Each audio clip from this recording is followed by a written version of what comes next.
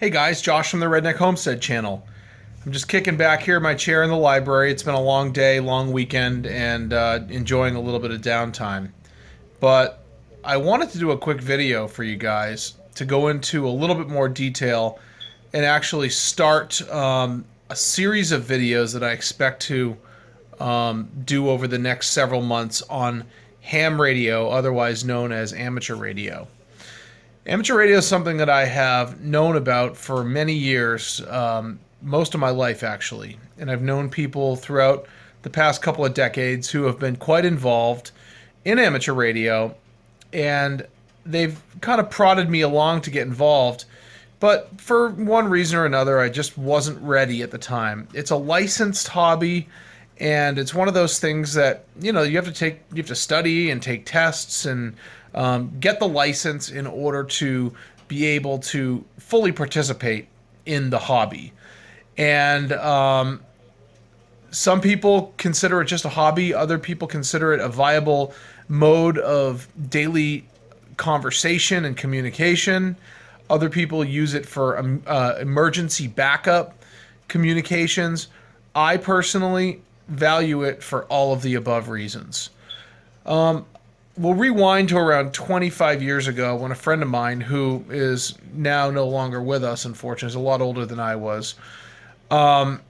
He used to tell me all about amateur radio and how it's the greatest thing in the world. And at the time, I was just really getting really excited about computers, and computers were starting to come, starting to sprout out of the ground, so to speak, and become something that people could afford, and they were becoming household items. And I just couldn't understand what was so exciting about picking up what looked like a glorified CB radio and talking to strangers all over the world. Well, fast forward to October of 2015, just a few months ago. I went to a Self-Reliance fair on the other side of the state.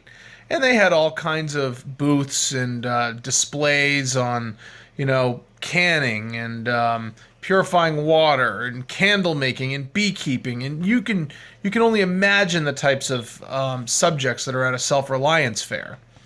Well, I went into the other room. It was a totally separate room, and it was devoted to amateur radio. And I'll tell you what, I just immersed myself in a discussion with the fellow that was putting on the display in that room. He completely amazed me that he was making contact all over the world with a simple piece of wire that was hanging off the side of a old bush, a hedge outside the building, and he was talking all over the world with it. I couldn't believe it. I'm like, this is just as close to magic as it gets. And as you guys well know, I don't believe in magic, but I kind of put that in quotey fingers. It's as close to magic as you can imagine. Well, it was at that point that I decided that I was going to hunker down and study and get the license. Now, there are 3 license levels with amateur radio. There's this license called the technician license. The next license up is called the general license, and the next license up from that is called the amateur extra license. The distinction among the 3 levels is the frequencies and bands that you can operate your radio on. Now, and modes as well. This could easily turn into a very large discussion, and I don't want it to right now. This is meant to really just be a very basic intro to my coming to the amateur radio hobby. Suffice it to say, on November 4th, I got my technician's license. And this is something we haven't really discussed much of in the past, but I've never really been a very good student. It's not that I didn't know the material. I just never liked to study. I didn't like the whole educational environment. I didn't like being tested, things like that.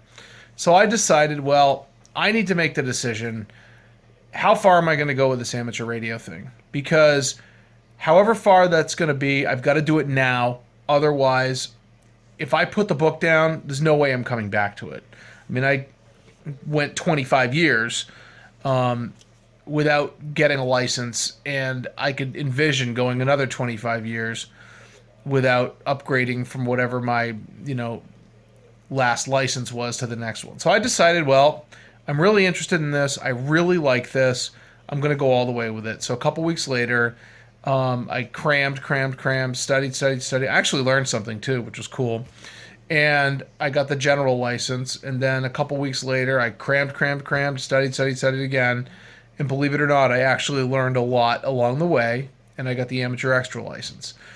And I count that to be the entry into the hobby because the amount of study and learning to take the test and pass the test is one thing, but the amount of study and learning is something that needs to take place over a period of time and has to take place in real life with nothing, no other substitute, but experience. So the next step, of course, was to get a radio that made sense. I've had a bunch of those handy talkies. They look like little walkie talkies, and those are VHF radios, low power, portable. They work great inside of a couple of miles. They're good for opening up and getting into repeaters, which do exactly what the name suggests. They take a signal and they rebroadcast it over a greater distance, but they are not designed for or intended for long distance, long range communications. Now, without getting into any of the science whatsoever behind any of this, that really wasn't where the focus of my interest was. My interest was in the long distance stuff. Actually, from a practical perspective, my interest was being able to communicate on a regular basis between the house and the cabin, where there are no cell phones, there is no power, there's nothing up there. I mean, I can't get a cell phone signal out except on a perfect day standing on one foot with my tinfoil hat on. So it's nice to be able to communicate between the two locations.